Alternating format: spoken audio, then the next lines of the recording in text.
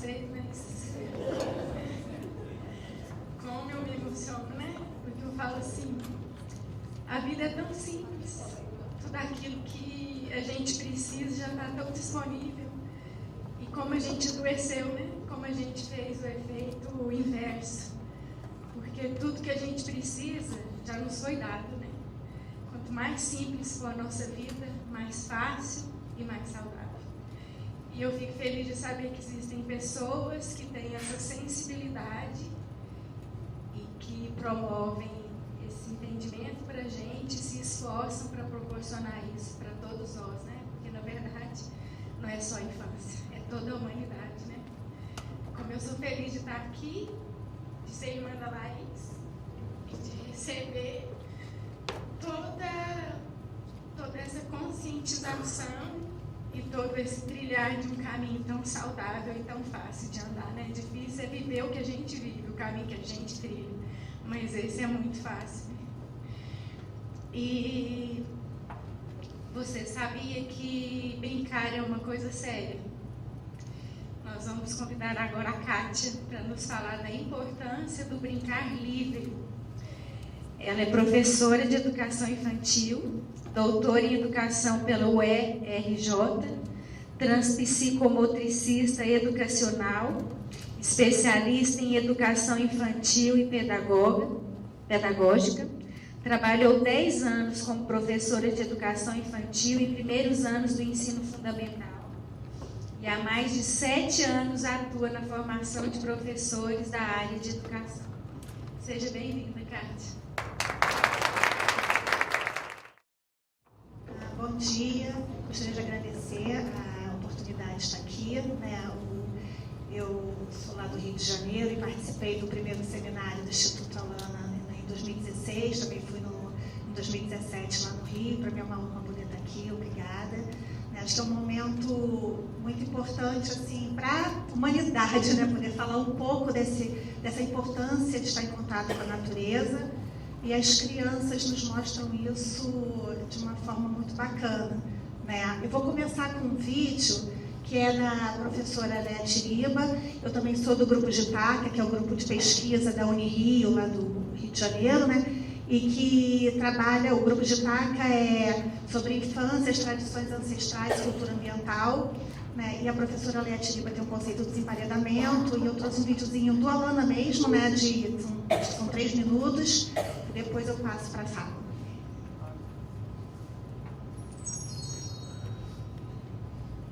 Cada criança que vem ao mundo, ela é a natureza se manifestando outra vez, e outra vez, e outra vez. Então eu posso pensar nessas crianças como modos de expressão da natureza, como a espécie que se renova sobre o planeta. E como é que essas crianças vão ser tratadas na escola?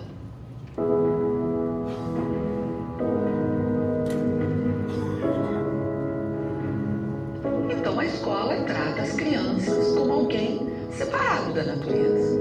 Então, se ela é separada da natureza, essa criança tem muito pouco contato com o sol.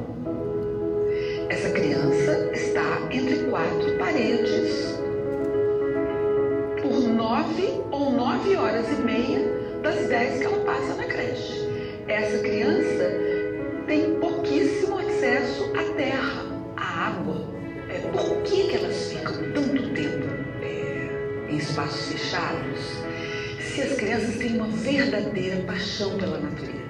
Porque se você perguntar para uma criança o que ela gosta mais da escola, a maioria vai te dizer que ela gosta do parquinho, que ela gosta do lado de fora. Se qualquer criança começar a chover, você sai com ela na rua, ela vai enfiando os pés nas poças de água. É uma paixão. E que paixão é essa? De onde vem essa paixão?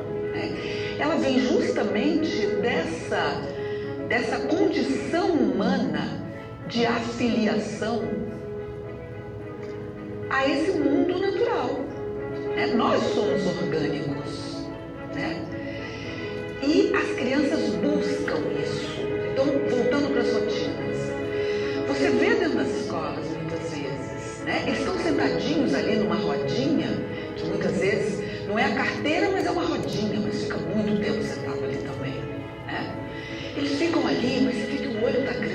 ambiente, para o lado de fora. Ele quer levantar, ele quer sair, ele quer andar. Eu não estou querendo dizer que criança nunca tenha que ficar sentada, mas está precisando a gente acreditar mais nesse desejo, nessa vontade. Olha para as crianças, vai atrás delas, acredita no sensorial, né? Eu tenho vontade de ficar no sol. Por quê? Porque o sol é bom. Aposta no bom. O bom é concreto. Porque o bom é aquilo que me alegra, que me potencializa agora. E quando uma criança, ela quer levantar, ou as crianças querem levantar, ir para o pátio, brincar na terra, né? Ir atrás do bichinho que está ali nas árvores. As crianças são pesquisadoras. Nós podemos acompanhar neste movimento que permite que o ser humano se mantenha íntegro como um ser que pertence a este universo. Então, na nossa cultura, nos nossos processos de formação de professores, né, na definição das rotinas das creches, nós precisamos pensar processos de formação em que haja espaço para o corpo, para o desejo, para a relação próxima com esses elementos do mundo natural. Porque senão eu estarei trabalhando na contramão daquilo que o humano necessita.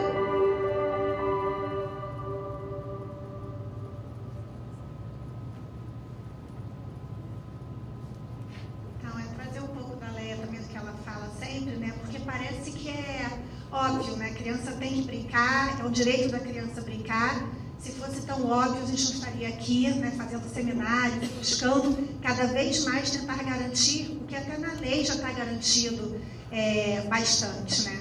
Os slides vão começar falando um pouco também da lei, daqui a pouco vamos colocar, né? Mas nós temos várias leis que garantem esse direito de brincar. No próprio MEC, no Estado de Educação, tem um livro para a educação infantil sobre os brinquedos e as brincadeiras, né? E tem uma parte lá dele que vem dizendo isso, vem mostrando essa importância. Pode até passar isso. Tem. É aqui, né? Vamos lá, é o primeiro?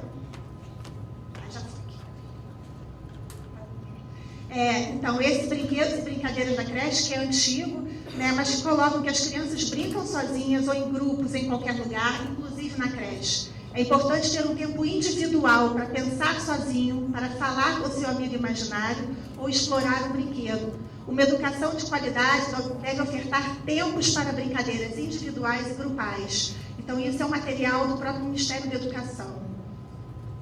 E aí tem vários outros documentos que vão embasar esse direito da criança a brincar. A Declaração dos Direitos das Crianças, de 1959, a Constituição Brasileira, de 88, as Convenções dos Direitos da Criança, de 89, a Convenção sobre os Direitos da Criança também foi no decreto que saiu em 90, o Estatuto da Criança e Adolescente, o ECA, enfim, vários outros documentos que vão respaldar esse direito da criança à brincadeira. E mesmo assim a gente ainda está aqui tentando fazer valer esse direito da criança a brincar. Na Convenção dos Direitos da Criança, da ONU, o artigo 31 diz que os Estados-partes reconhecem o direito da criança ao descanso e ao lazer, a brincar e a participar de atividades de recreação apropriadas à sua idade e de participar livremente da vida cultural e das artes. E aí também no Plano Nacional da Primeira Infância, que traz o direito ao brincar das crianças, de todas as crianças, não só na escola, como na cidade também, em espaços, parques, né, em outros ambientes. E a mais atual, que é de março de 2016, falando do marco legal, que também coloca essa questão do direito das crianças em um dos seus artigos. Isso até eu trouxe da questão das leis, porque parece que a gente está inventando a roda e não é. Né? Isso está realmente já respaldado e a gente só tem que fazer valer agora. O brincar livre também não é só de agora. Né? Eu trouxe um pouco lá da antiguidade, né? Quase 500 anos antes de Cristo, né? Para pensar, né? O que já falava-se de brincadeira e desse tempo livre naquela época. Então, Heráclito, ele falava do tempo aion. Ele definiu o aion, né, como o tempo é uma criança que brinca, o reino de uma criança. Aion, lá na Antiga Grécia, né, esse termo falava mesmo o que é o tempo. Então, ele trazia o tempo nessa dimensão. E a gente hoje encontra esses dois tempos, né? O tempo cronológico, que é esse tempo que a gente mede no relógio, que é o tempo que marca as horas, o espaço de brincar, a hora de brincar, a hora de comer, a hora de estudar, a hora de aprender, como se aprender e brincar fossem coisas diferentes. Então, esse tempo medido, contínuo. E tem o tempo aiônico, que não se mede, que é o tempo da intensidade, que é o tempo da brincadeira, que é o tempo de potência. É aquele tempo que a gente vê tão forte nas crianças. As crianças, elas ainda não sabem medir o tempo pelo relógio. Então, as pequenas. Então, quando você pergunta para ela assim, vamos lá, que já brincou muito. Mas é tão pouco tempo, né? Ou em outra atividade que ela não esteja gostando tanto, que não esteja tão interagindo tanto, aí ela coloca, nossa, quanto tempo, não vai acabar isso? E às vezes é 1 minuto ou 2 minutos, e aquele tempo da brincadeira que foi 2 horas, ela ainda acha que é pouco. Então, é um tempo que é medido pela intensidade mesmo, pela potência, pela experiência dela naquele momento. Também na Antiga Grécia, né, tinha o termo escolher. A escolher era considerado um lugar de tempo livre. Os filósofos antigos, para eles pensarem, né, a gente está falando aqui da questão da cognição, como se a cognição estivesse separada também desse tempo livre, desse brincar. Pois desde a Antiga Grécia, esse tempo da escolher, esse tempo livre, era exatamente o tempo que os filósofos tinham para suspender o tempo, suspender toda a produção, suspender o que eles tinham que pensar assim, de forma mecânica, para ficar livre, para produzir novos pensamentos, para poder criar, para poder experimentar, experienciar. Então, como é que isso, né, era o tempo do ócio? Esse ócio como condição de aprender coisas novas, como condição de refletir, de descobrir, de buscar outras coisas. E aí existem 4 condições para esse tempo livre, né, que é a profanação, e aí essa essência do sagrado de cada um, né, essa relação com a natureza, com o ambiente, né, a gente está falando aqui da questão da espiritualidade, que envolve essa natureza, sempre, todas elas passam por uma questão com a natureza, com elementos naturais. A atenção, essa paixão, entrega, desejo de aprender, que a gente vê tão comum na escola, né, nas crianças, esse desejo de querer aprender, de entender essa formiga, de entender como é que essa planta, a lagarta, como é que ela se transforma em borboleta, e de perguntar tantos porquês, e que algum tempo dentro da escola, quando o corpo vai se aprisionando, ficando cada vez mais emparedado, esse desejo vai se perdendo. E aí a escola passa a ser chata, a escola passa a ser tantas coisas, e o desejo vai embora. Então, quanto que essa atenção está ligada também, condicionada a esse tempo livre, esse tempo dela poder se relacionar com o que está em volta. E isso, normalmente, também envolve muitos elementos naturais. A suspensão, que aí a gente pode falar de uma ética pessoal, é suspender as normas, regras do que vem de fora, para poder, não sempre, claro, mas de ter um momento que você possa suspender para olhar para dentro, para descobrir um tempo que é de cada um tempo que é próprio, né? E que a criança também traz isso muito forte, né? Então, quando que a criança pode ensinar a gente a se reconectar com essas questões, com os nossos sentidos, para poder pensar essa brincadeira numa outra dimensão. Não numa brincadeira de produção de brinquedos prontos, mas num brincar livre, onde ela pode interagir, descobrir, ter um tempo próprio e viver essas relações. E aí sim, a gente tem também esse amor público, que é um amor pelo mundo. A gente fala de cuidar da natureza, mas como é que a gente cuida da natureza se a gente não tem contato com ela?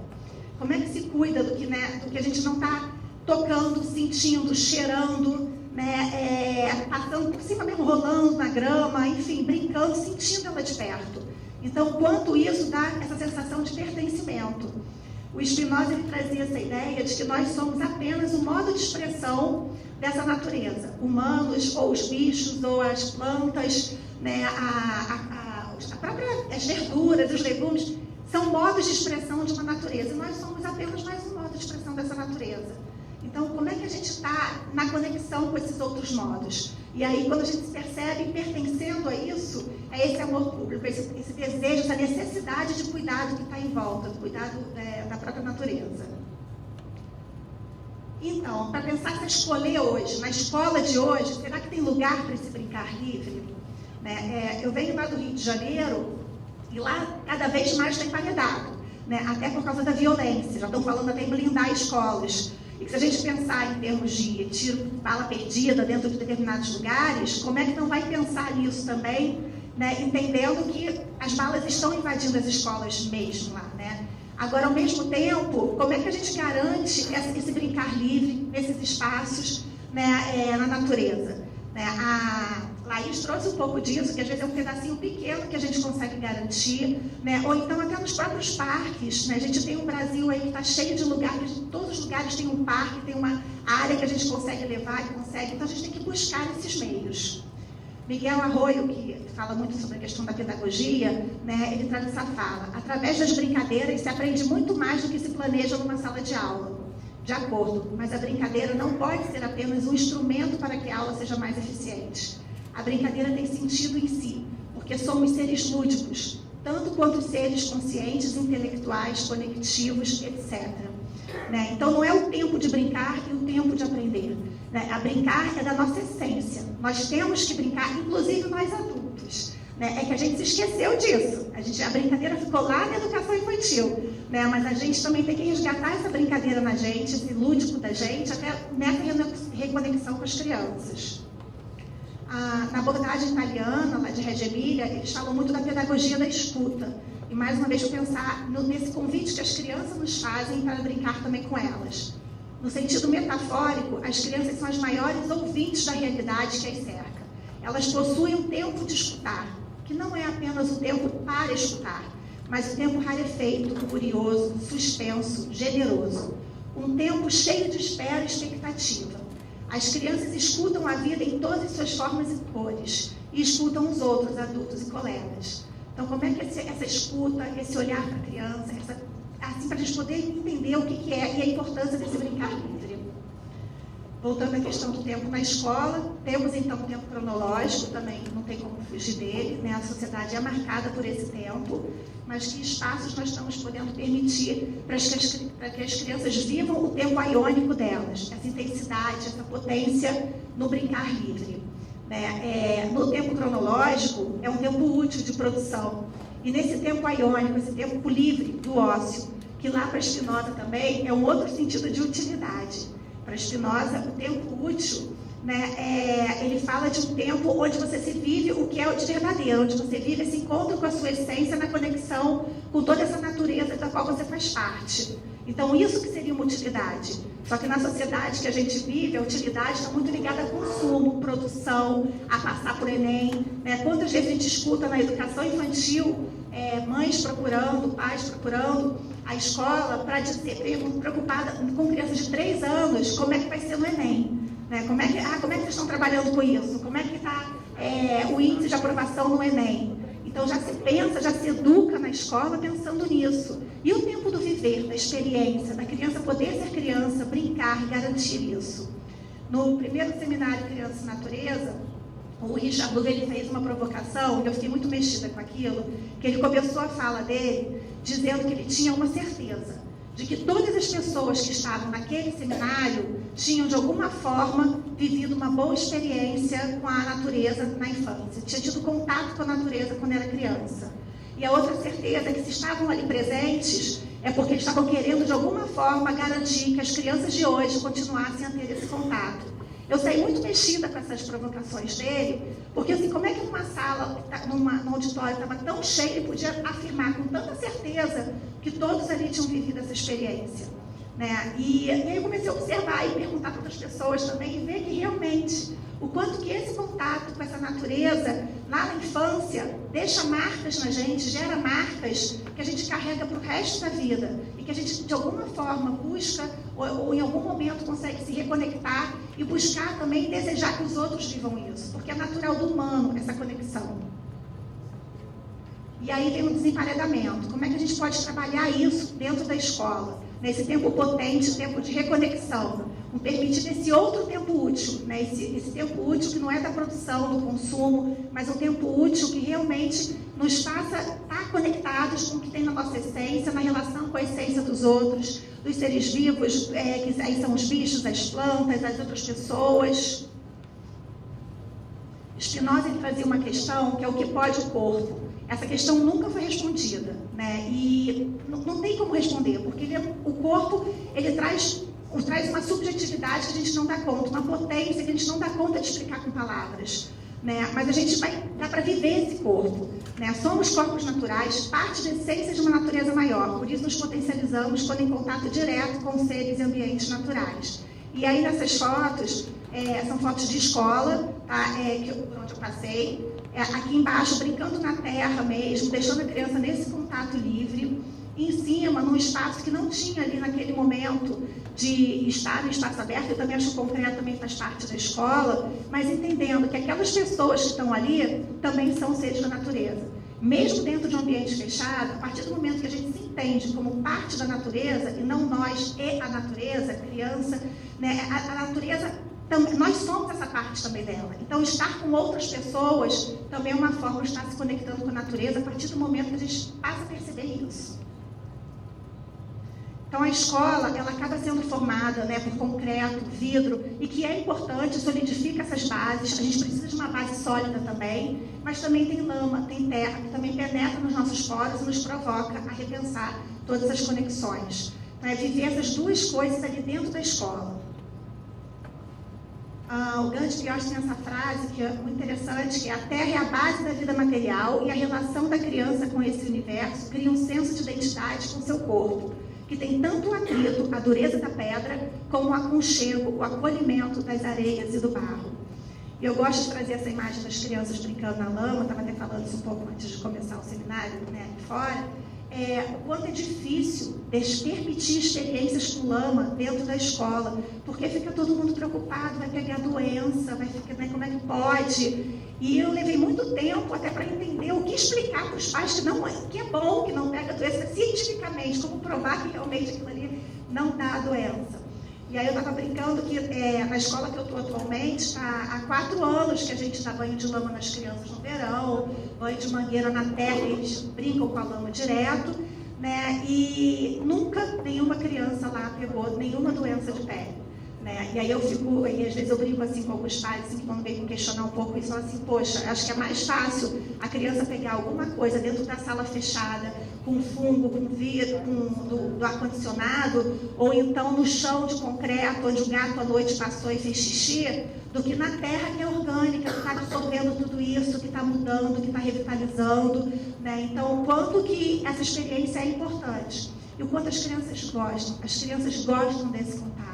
Elas pedem por esse contato. Essa é uma afirmação que eu faço com a maior certeza. Elas gostam. A criança gosta de poça de água, a criança gosta de chuva, a criança gosta de estar na terra. Né? Eles gostam, eles pedem por isso. Uma outra frase desse autor é: então elas vão nas ossadas para construir brinquedos, nas seivas das árvores para fazer bolas e bonecos, ou até mesmo quebra os brinquedos para ver o que tem dentro. A própria imaginação da criança a conduz a investigar a estrutura da vida, sua externalidade e substância. E aí é uma foto de um livro lá de Reggio Emilia, né, da criança experimentando a árvore, né, pesquisando os buraquinhos da árvore, né, que vai também ao encontro da fala da Leia, que a criança ela também é cientista, ela vai lá procurar. Isso é conhecimento.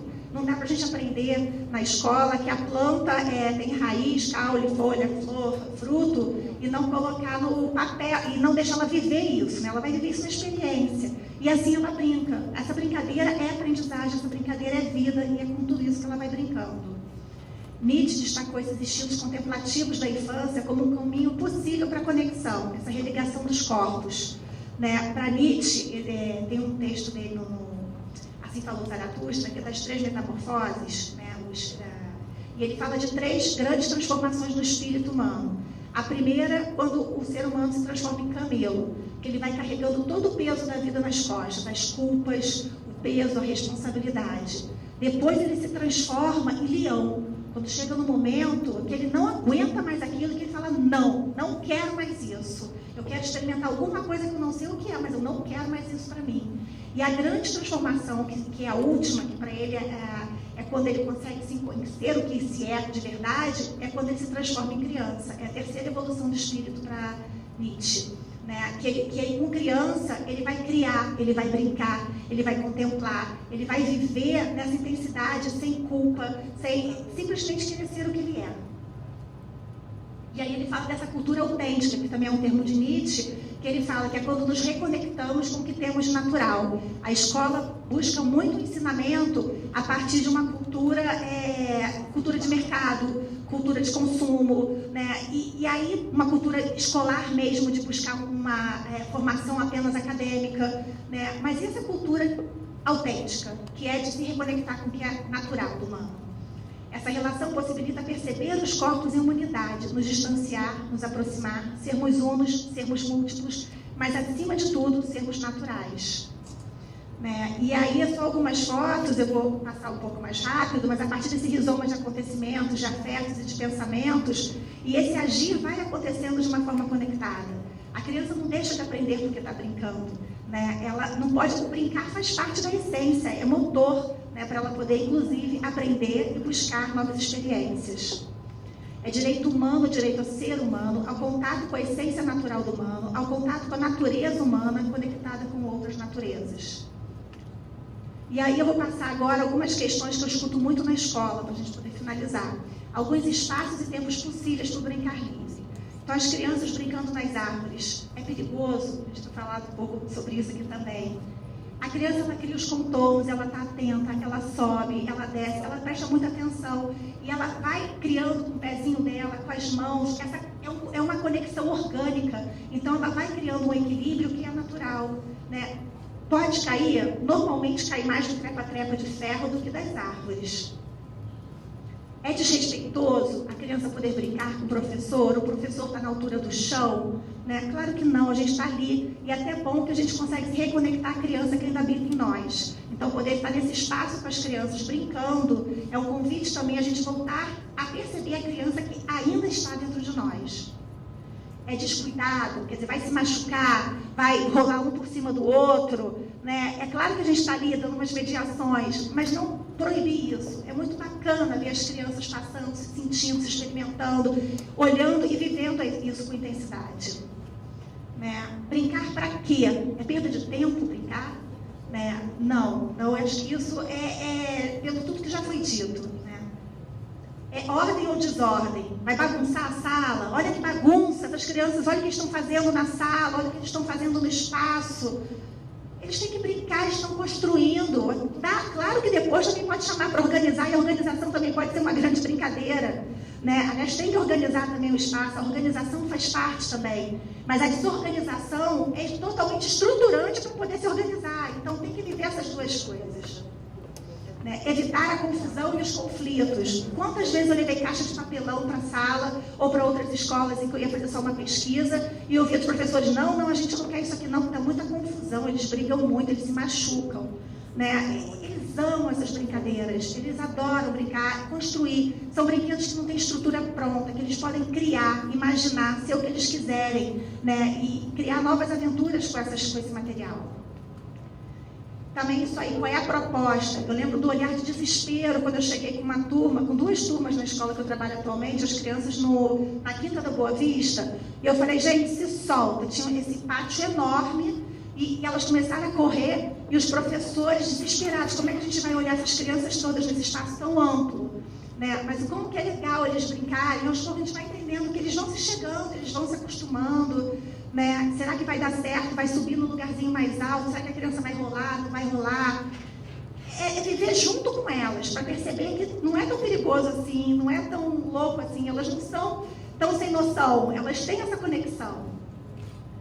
E se ficarem doentes, contato com a água, né? Também essa história de tomar banho de mangueira, avisar 2 dias de antecedência, um bilhetinho para casa, daqui a 2 dias eu vou sentir calor e vou tomar banho com água. Pelo amor de Deus, a água não é ácido, dá para a criança tomar banho com água todo dia se estiver quente. Né? Tá sol, tá quente, tá um espaço bacana, porque isso é comum nas escolas, assim, de ouvir isso, né? E deixar eles brincarem com a água, assim. Eles adoram isso e só potencializa eles.